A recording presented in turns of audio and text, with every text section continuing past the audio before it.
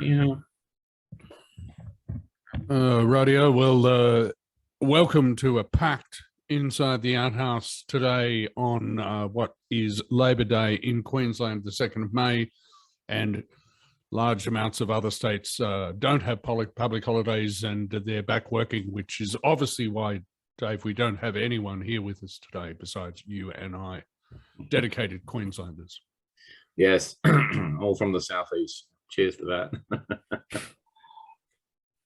Anyway, we are here to talk about the joy of paddling and raise money for the tragic floods in Eastern Australia in 2022. Later on in the chat, I'll put a link direct to the flood donation page. So if that's your desire, you can link to that either here in the live session or later in the recorded session. My name is Pete Smith, founder, orator, and telemarketer, and welcome to this important episode of Inside the Outhaus. I guess the focus is going to be on paddling, and we're going to tell some paddling stories, tell some shuttle tales, and hopefully we'll get a bit more of an audience. Some people have graciously, Dave, sent some pre-recorded footage because they couldn't make the session today. Now that's commitment to the Outhaus right there. That's huge commitment, Peter. I think that's amazing. We should name those people at some point. That would be Ellen Barker, working at the fine Glengarry Scotch College campus down there in the beautiful southern highlands of New South Wales. Just while Trevor is getting into the room, I'd just like to do the acknowledgement of country. We at the Outhaus acknowledge the tradition owners of country throughout Australia and recognise the continuing connection to land, water and communities. We pay our respects to Aboriginal and Torres Strait Islander elders, past, present and emerging. While I've got the mic, thanks to the awesome Outhaus oligarchs who put this program together and make it look amazing. And a special shout out to all the paddlers in the world and the joy that the river inspires, shocks and humbles throughout your awesome lives. But specifically, I'd like to give a shout out to the amazing Trevor Robertson, who's just joining us now. And he has taught me so much about life, paddling and adventure. And I'm thrilled to have him here inside the Outhaus to talk about one of his passions, paddling. Hello, Trevor. Hi, mate. Hello, mate. How are you? Good. Yeah, that was a lovely introduction. Yes. I stuffed it up by not being able to talk to you. That's okay. Welcome. Well, as you can see, it's a packed room. There's me, you, and Dave currently. So. Oh yeah. Despite the massive promises of all the other people who were going to be here, I'm going to chastise them verbally later. But there's just the three of us at the moment. Why can't you chastise them with a cat of nine tails or something, mate? Really come on. We're going to keep the podcast appropriate. This is 21st century, mate. No cat of nine tails here. Yeah, sorry, mate. Dave. Don't apologise. It's great to have you here and your wisdom and about paddling. And here's Henry. Oh, speaking of people with wisdom about paddling, it's crazy. It's a typical paddling event. Nobody's people turning up late. Yeah, turning up late. That's right. Henry's here too, is he? Hi, Henry Trev. is now here too. Hello, Hello, Henry. How are you? Hi, Pete. Very well, all. David. Apologies, I was having some issues with logging onto Zoom. It wanted me to update it or something, so I got a bit delayed. That's fantastic, mate. I'm glad to hear somebody else is having those sort of problems. It's not just an age thing, Trev. Don't worry. No, good, because I've got my tech bro sitting beside me here, Jackie, and she of course does it all. I don't know a bloody clue. Can we have a bit of a camera angle on the tech bro, just so we can see who she is? Hello, tech bro. Can you see it? Hi there. Hi there, everyone. Yeah. Okay. Hey, Henry. You could regale us with a modern paddling tale for sure. Come on. Modern paddling tale. Oh, that's a good question. Well, I can give you a very new one. It maybe isn't kind of in the positive spirit of Yes, sir. paddling adventures. I can Please. definitely give you a bit of a river story that happened recently, which I think speaks to the importance of being responsible on a river and thinking about the decisions you're making. Because we were paddling the Beals down, I'm going to say last week or the week before. And Trev, this would actually be quite similar to a lot of your stories about breaking bones and the like. Yeah. But we were paddling down the Beals down, and you know the second rapid on the Beals down, you've got snakes on ladders, and then you come around a corner, and That's much better. there's that one that most people portage, and it's like a 6 meter waterfall that kind of bends into itself. Yeah. And we looked at it, and there were a few of us. And look, I'll put my hand up and say that I was one of those people. We thought that it looked very paddleable for a change. Yeah. And we thought that all you needed to do was to really drive hard left, boof hard left, and you should be able to skim over it and just, you know, have a great line down the bottom. And we were all very keen to do this. And I was actually getting ready to jump in my boat, but one of our other party, Neil, he put up his hand first and he said, no, I'll do it.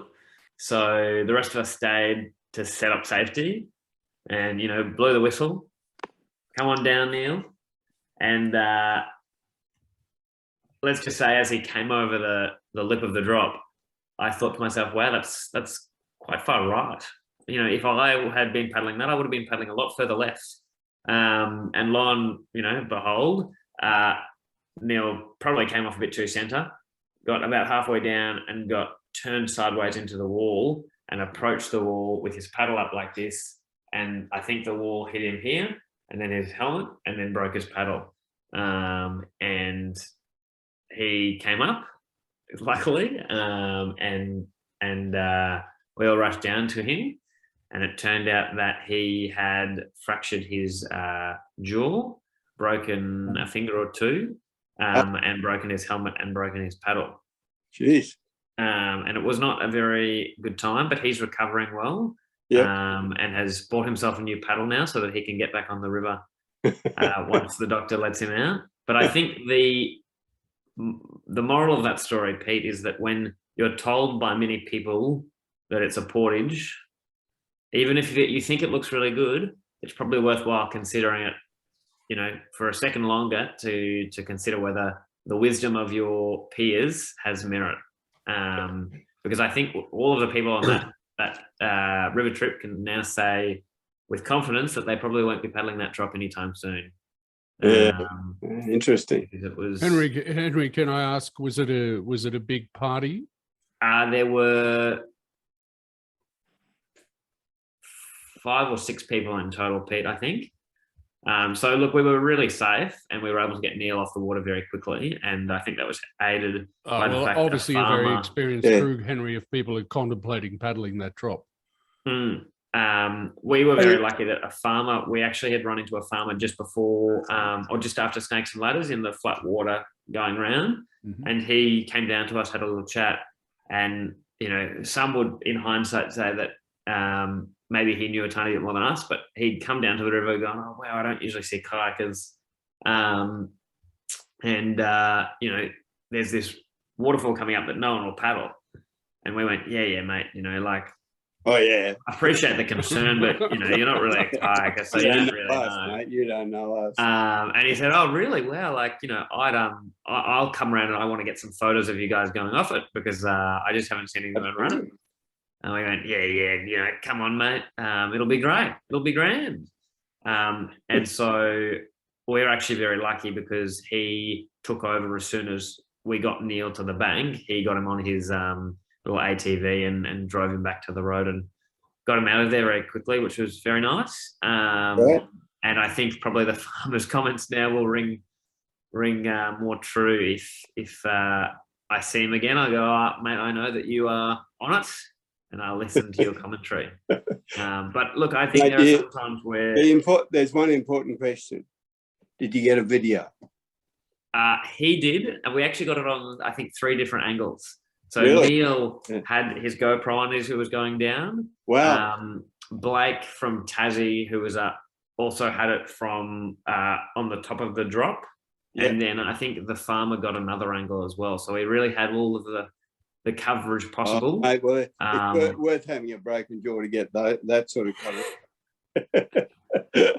But yeah, look, it's a really good reminder, I think, that the river is very powerful and that you have to respect it. And, you know, there are always times where the river will give it back to you, I think. Yeah. And I'm sure Trev has a lot more stories like that. The trouble is, mate, I don't think I've really ever learned anything because I keep bloody doing things. And it's... and you know, my most recent having a heart attack on the, or not on the river but on the sea, was probably capped it off. So I can't say I've learned from experience, but maybe Jackie'd like to comment on that. Is that going? I don't know. There's the time when Trev sort of kind of what would you say? He didn't crawl because both his legs were broken, but he kind of wobbled in on his bottom into the bedroom at 11 o'clock at night. That was a good experience. And when that was on the Blix, and then of course there was the glider. That's when I broke both ankles. Yeah. And then there was the glider. That was just one broken leg, so that's not too bad. And then there was the limboider when you began the Trapped in the Devil's Cauldron Club, when you broke your nose and a couple of ribs. Yeah. But apart from that, I think everything's been absolutely fine, Trev. I think I must have. I think you'd say I'm accident prone. So it's not really a proud record. I mean, you see people like yourself and Robbie Hales who paddled heaps and heaps of hard stuff, and not had an accident. Have you ever had a bad accident? Oh, I've only ever popped my shoulder. That's the extent of my injuries, which I'm very thankful for. Had a few swims that weren't the greatest, but never had any injuries as a result of them. Yeah. Oh, that's good. Well, that's a good record. I don't think Robbie's ever had anything, any fractures or anything like that. I think he's had a few swims lately, but yeah. Well, Trevor, I must admit, I think before I met you, in person, I think there had been a few stories about the Brisbane legend who had crawled back in at 11 p.m. at night with 2 broken ankles. I think that was the first thing I ever learned about you, and I went, "Wow, that man is a true, has a true focus on the sport." Well, you know what Jackie's reaction when I sort of walked on my bottom into the bedroom? She just started pissing herself laughing. She thought it was very funny. Well, it did look sort of funny. Yeah, well, it was funny. But yeah. Well, as I said, it's not really a proud record, but I guess it's a colourful record. Yeah. Considering the amount of time over your career you've been in a kayak on a river with moving slowly, say white water, Trev, I think it's a record which is fairly, I guess, reflective of your commitment to the sport of whitewater kayaking, and also the epic extremes you went before boat designs and modern communications devices perhaps made kayaking somewhat easily accessible than it was back in the time you were doing it. Yeah, I must say, even some of the worst experiences I've had haven't really put me off it that much. Maybe now I'm just getting a bit older and wiser, but yeah. We forgot about the time you broke your back when Peter led you out. Yeah, oh yeah. Well, Pete, you deserve some credit on the Herbert when I crushed 2 vertebrae on the waterfall, and then I wasn't paddling very well and went backwards down a chute and got jammed in there, and you pulled me out and probably saved my life there, mate. So all credit to you. You did have a compound fracture of your lower back after day 1. Yeah. Most lesser human beings would have walked out. Well, well, that's that's a nice thing to say. Thanks, mate. Yeah. Trevor, it's David Yeah. here. Can I ask for the audience that maybe don't know you or aren't closely associated with the paddling industry, because we have a big audience sometimes. Yeah. How long have you been paddling? What got you involved in paddling, and particularly whitewater, perhaps? And maybe what's been your career as a paddler as such? Yeah. Oh, okay. Yeah, sure. I actually took it up when I was probably about 35.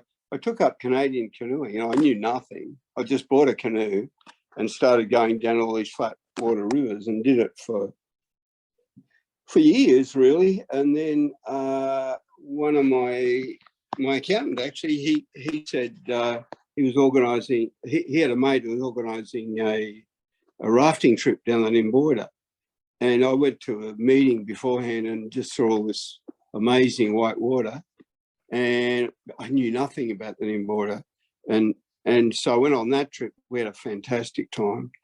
We just went from Cod Hole down to the junction, and then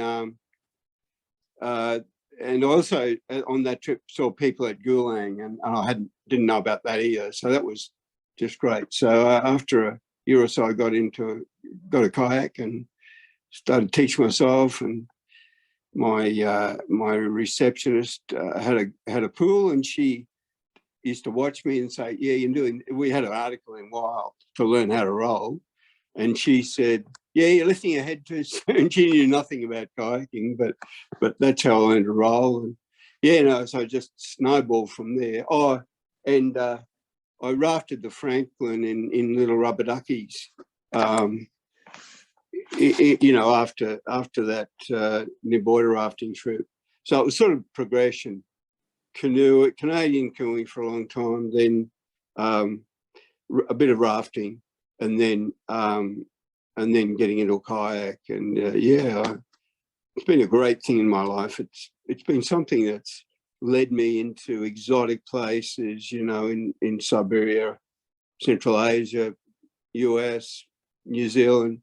Just fantastic, because you see a different side of a country when you go on a river or a whitewater river, particularly. And it's just, and I've made so many great friends and wonderful partner who done all this stuff with me.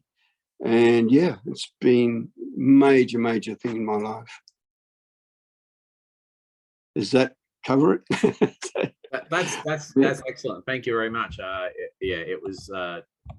It boggles my mind that you're obviously one of the legends of paddling, but I guess in the current era, in adventure sports and adventure paddling or adventure climbing or mountaineering, the current 20-somethings and 30-somethings, they go out and they take a camera with them and they record all their adventures and they put it up on YouTube and they make quite a good money on it. Was that thought about during your era and with the group that you came through paddling? Did you have a group of people you paddled with regularly? And did you how you could make it into a business or whatever it was, guiding or Never a business, but I always took video. And I've got a lot of videos from the old days, but or Super 8 originally, and then video camera. I loved recording it all, and I've put a couple of things up on YouTube that I took in Central Asia and Siberia. I love doing the videoing, I know Henry does too. But we didn't have a GoPros in those days, and I still haven't got one. But I've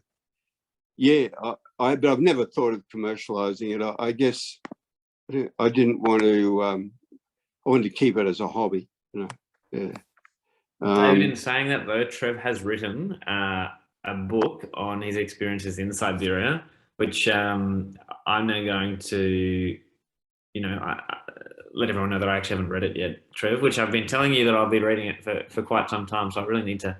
Pretty boring, mate. Pretty boring. Trev, now, I'm one of the few people who has read the book. Yeah, you are. Yeah.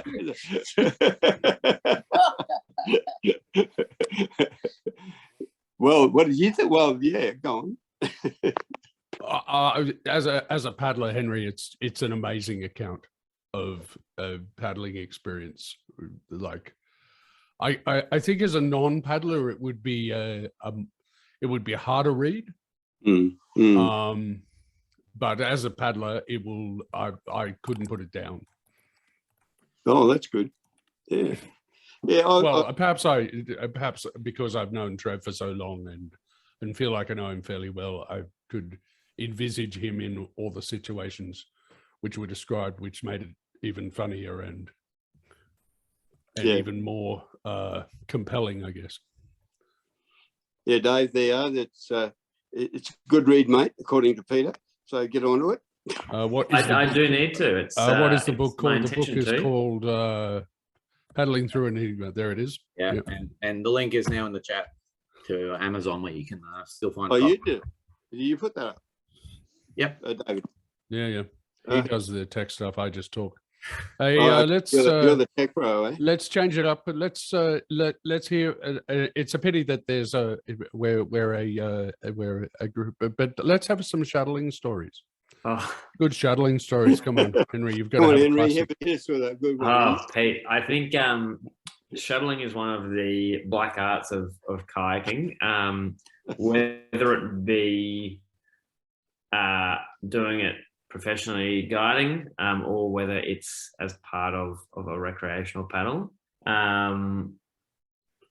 It's just, I think shuttling, there's a number of reasons why shuttling is excellent. One is the difficulty of trying to hold boats to a car, which can often lead to little dramas. I've had kayaks almost fall off my roof racks and almost fall off other people's roof racks. And I think the best story around that was when I was actually in New Zealand, paddling on the Kaituna River, because there's a great little shuttle off the main road that's probably only a K long or thereabouts. And as is often the case in New Zealand, there's a lot of unwritten rules. And it seems to be that as long as you remain on that little stretch of road, you start to be safe, but probably the bounds of what's legal are a bit broader. And so I was doing one shuttle in a hire car in New Zealand, and I think I managed to get about 12 or 13 people into a little 4-seater sedan, 2-wheel drive sedan with boats out windows, boats out the boot, and people sitting on other people sitting on windowsills. And at one point, I think I managed to get a raft on the roof racks that was not tied down. And I was feeling very friendly. And so as I was driving the very lengthy kilometre back to the put-in, 2 German kayakers were walking. They were probably about halfway there. But I saw them and I thought it would be rude not to offer a vehicle for their kayaks. And so they accepted my generous offer and they threw their boats with reckless abandon on top of the raft. And so I drove the last 500 metres with 2 kayaks on top of the raft that were also not tied on, which was an exciting. And how many people in the car by then? I think that was not the most people I had in the car. Oh, that wasn't the big. But I'd say there would have been at least 7 or 8. Wow, that's impressive. So that's a pretty good shuttling story. Actually, Pete, I think you were involved in my other epic shuttling story, which happened a few years back when we paddled the Lower Timbara. The Keys. The Keys, yes, the good old Keys story. That was a classic, wasn't it? Yeah. So Henry and I and a group of, shall we say, other paddlers, had decided to run the Lower Timbara. And so we're down in northern New South Wales. And when we were putting on the river, it was going to be an overnight trip. But we got on fairly quickly, and we decided that we would run it in a day because we didn't have a lot of time, and then potentially go and do something else the next day. So, and it was all good because we were making really good time. And And we got about, I don't know, probably 3 or 4 Ks from the takeout, and people started obviously talking about, oh yeah, well, you know, we'll just drive the shuttle, and where are the keys? And so the person in question who had left their car at the top, had left their car at the bottom, had suddenly realized that as we got closer and closer to the takeout, that they didn't actually have the keys in their boat, and they didn't have them with them, but they'd actually left them in the vehicle, which was at the put-in. And for Peter, I those think who- this was made more funny by the fact that as we were getting on the river that morning, we had a very long discussion around what you should do to make sure a shuttle goes right. And I am of the opinion that you should always keep the keys on you. And some other people are of the opinion that you should always keep the keys on the car, and others, you know, do whatever they feel like at the time. Yeah, But we I'm all there, had Henry. agreed that you have to have a method, regardless of what the method is or how well other people think it works. And you need to stick to that method so you always remember where the keys are. Yeah, so And you have our your fellow method. paddler agreed vehemently that he had a method, and that his method was to keep it on him in a dry bag. And so it was made all the funny when we got within 3 Ks of the end and he said, I don't have it. And, you know, we said, well, why don't you, mate? We had this whole conversation as we were putting on. As And we he were said, at yes, the yes, car, I got the dry bag out, but I forgot to put it in my boat. Well, I've got a lot of key stories too, but one of the ones I like is, it wasn't me, I wasn't involved, but a friend told me about it.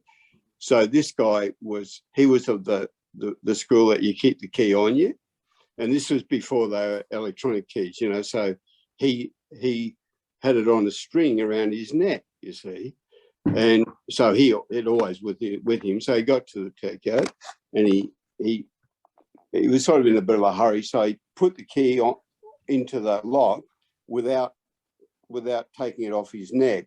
And someone said something to him, and he sort of jerked his head around and broke the key off in the lock. So it was, and there have been, oh God, so many. You know, there was the time some of Jackie's students took. I don't think it was in your year, Peter, but they just threw the keys in an esky, in a Canadian, and then of course they tipped out the top came off the esky and the keys went to the bottom of the river. So I don't know what they did then, but yeah, lots of. What about the Robbie Hale's longest shuttle in the history of the world? For shuttles or keys? Shuttles. Yeah. Oh, Jackie was just mentioning about you were talking earlier about how we're going to talk about shuttles, and I just thought about Robbie Hale's and his 8,000 kilometre car shuttle to take the boats over to the Kimberley, you know, to do our big Fitzroy trip, and leaving them there for 6 months on Mount Elizabeth Station. I remember I was doing a river in the States in northern Utah called the White, and I was doing the river with this friend of mine, and it was a canoeing trip, and we had this plan that I was going to ride a mountain bike from the takeout back to where we left the car. And so we all set off, and we locked the mountain bike to a post because it was in this sort of shaly mining country, and we locked this mountain bike to this post, which was like a post on the side of the road, and so we needed to end up at the takeout with the keys to the padlock for the post that we locked the mountain bike foot to. And anyway, we started off on the river, and we got to our sort of, you know, we got about 2 or 3 hours, into the paddle.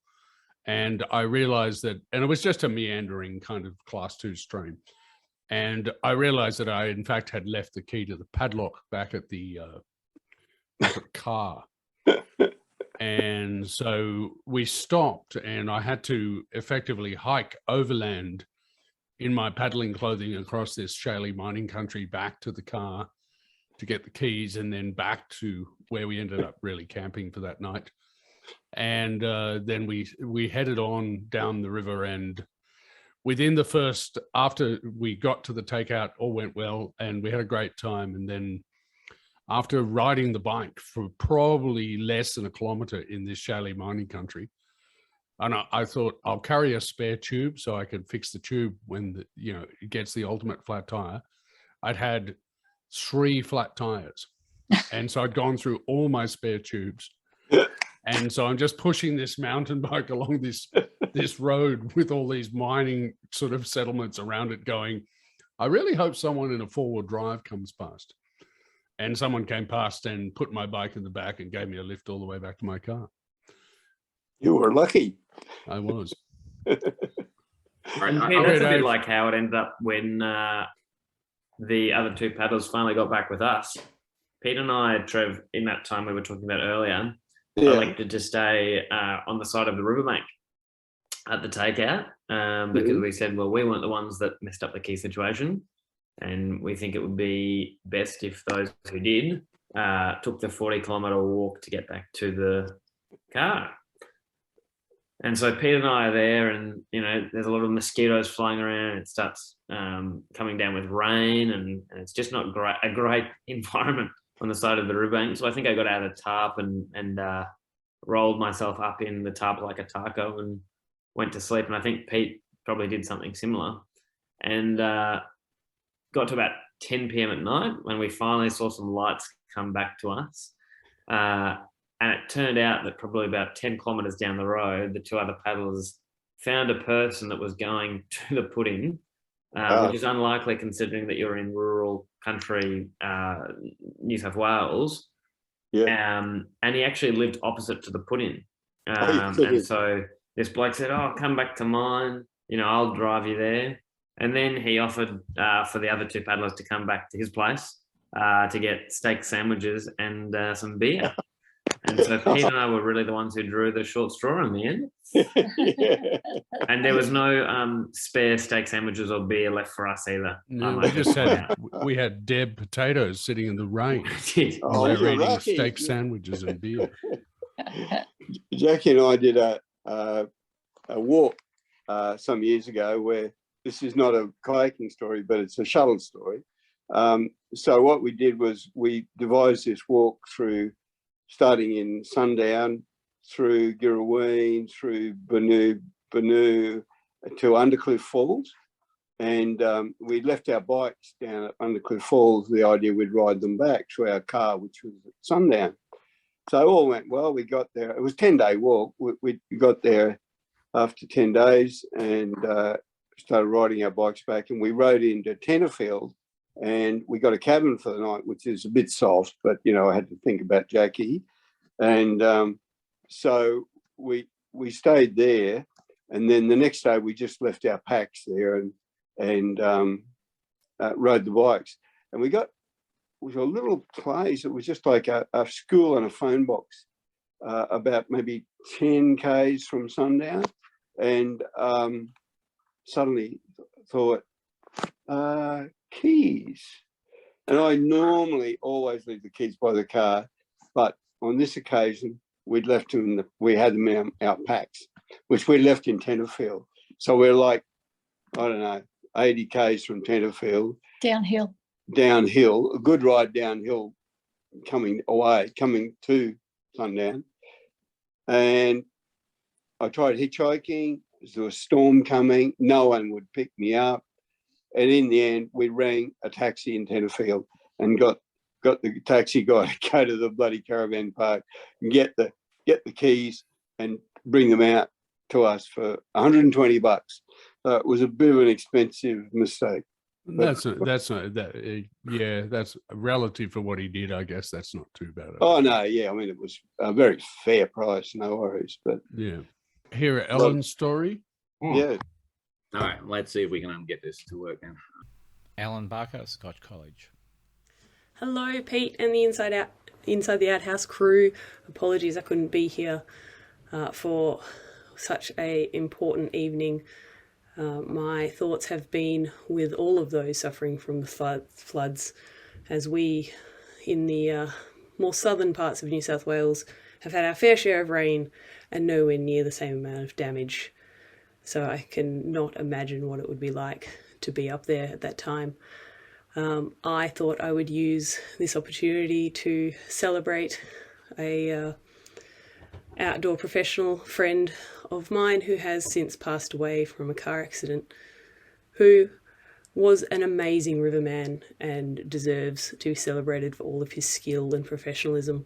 He saved our butts more than once, taught us how to rescue on the river. And there's one particular incident that comes to mind when I think of kayaking. With a group of mates of mine were heading down the Murray River at a good flood level, the Murray River in WA, that is. We were on the Middle Murray. We were at we'd just paddled the famous rapid, if you know that section of the river, Dead Cow, and one of our mates had had a good swim. So once we pulled him out of the river and we found ourselves standing on the side of the river, we wandered back up the Portish Channel to have a look, and there is his boat standing, or sitting, all high and dry on a rock in the middle of the river, where its paddler had managed to put it before being pulled away by the current, or before deciding that it was, that was the only choice he had. And as we walked up and down the edge of the riverbank, we mulled over how deep the water is, how strong the current was, whether we could attach a tow line, whether we could swim out to this boat. Group starts pulling into this chute on the side of the river because the rapid is far too big for rafts to run. And as their first instructor with the group, Mark, who we know well, joins us, he joins us to continue to mull over the problem of how do we get out into what is the scariest rapid on this section of the river. And before we know it, though, there's this voice that comes across the river. It's going to cost you a carton. I expect it to be at our office by the end of the day. And there is the wonderful Nathan, the man who should still be with us today, out there crossing the river, using the classic tripod, paddle out in front of him, and slowly wading across the river, because that man knows this river forwards, backwards, sideways, has been involved in almost every rescue that's ever been done on that river. And before we know it, he's in behind the eddy, he's climbed up on the rock, and he's sent this boat empty, bobbing down into the perfect channel to just be shot out the bottom of the rapid for us to collect. So we wish Nathan was still with us today. I want to celebrate with everyone who is still here to deal with any difficulties that we do manage in our lives. And all of my thoughts and hopes go out to those that are dealing with the various challenges, and particularly those in those flooded areas. Let's give what we can and do what we can. And we, as always, will carry on. Thanks, Pete and the Outhaus crew. I'll catch you sometime in the future. Very powerful stuff there from Ellen, I think. Yeah, I'm ready to cry. Did anybody know the person she was talking to or talking about? Did you know? No, I don't know, Nathan. No. Yeah. No. Yeah, we all know about the floods, but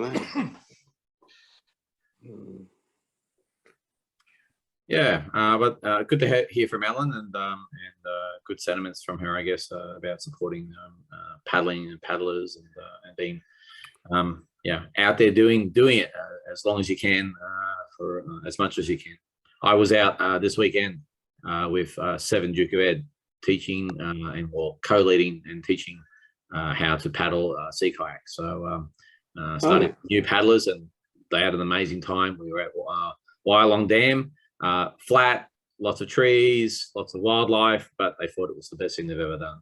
And they're very excited about getting into some currents and going to some bigger places and paddling multiple days. So we sort of did a modified program. As a result of the floods affecting the venue, we went to paddle across to another campsite at Mount Joyce, and couldn't do it because the floods and the heavy rain recently had affected campsites, which had shut down sections of this particular location. So, but we made it work, and a bunch of 15 to 16-year-olds had an amazing long weekend. Sounds lovely. I'd like to find out more from you, mate. Okay, yeah, no, for sure. It is It is written up in the paddling in Southeast Queensland book. Oh, okay. Yeah, not that section. I found this recently. Yep. A great guidebook. Most of you guys would probably know that. Does anyone know Scott Rawstone? I don't know. Okay. No. But that's about 10 years old now, but it has the dam in there, but not the section we're on. So Yeah. Oh, cool. Hey, David, that guidebook you've got there, is that mainly, is it mainly dams and sort of flat water sections, or what? No, does it no, cover everything? Or? yes, I think it's aimed very much at sea kayakers, from what I've read so far. So lots of sea kayaking pictures and lots of dams and inlets. Harry's And Hut so a lot there. of launches on Moreton Bay and Yeah. further afield potentially. Yeah, but it does have things like tipplers, and it has it all sectionalized into different regions. So the whole of Queensland. So definitely. Yeah. And a big shout out, I guess, to Global Paddler who published that. So go globalpaddler.com.au. I'll put that in the chat. And another 2 great guidebooks, the Canoeing Guide to New South Wales. Canoeing New South Wales. Quite a Bible. This one I've got has been taped together in a few parts because it's starting to fall into pieces, but it's an excellent one nonetheless. And then my hard copy of the Paddle Pro Adventure Pro guidebook as well, which is now featured on Wiki River, the new online source for all things rivering in Australia for whitewater. And what is that? What is that site, Henry? Wiki River, Pete. It's very impressive. The person who has created it, Andrew, lives down in Tasmania, and he does IT coding, etc. by day, and he's built a website platform that is very reminiscent of the kind of UK, US models where you've got, the maps that have coloured dots for when the water's at the right level. It links into the gauges and has a lot of functionality from it, and is a very impressive site, and makes my old printed guidebook look a little bit out of date, I would say. But there's nothing quite like a physical guidebook when you're out of reception in a national park, I don't think.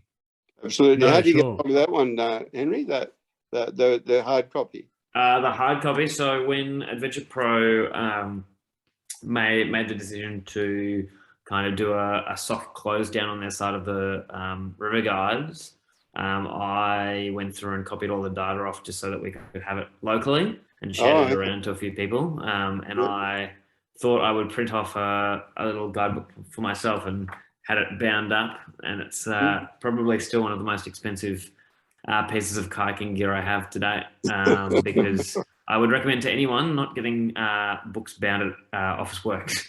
It was an incredibly expensive procedure, but I've now got it, and I'm glad that I do have the hard copy of it. And I think despite the small nature of the group, we've covered a range of diverse and interesting paddling subjects. Just before the recording ends, I'd encourage you to donate, if you can, to the very much needed flood appeal that is going on in New South Wales and Queensland as we speak, and get out on a river if you can.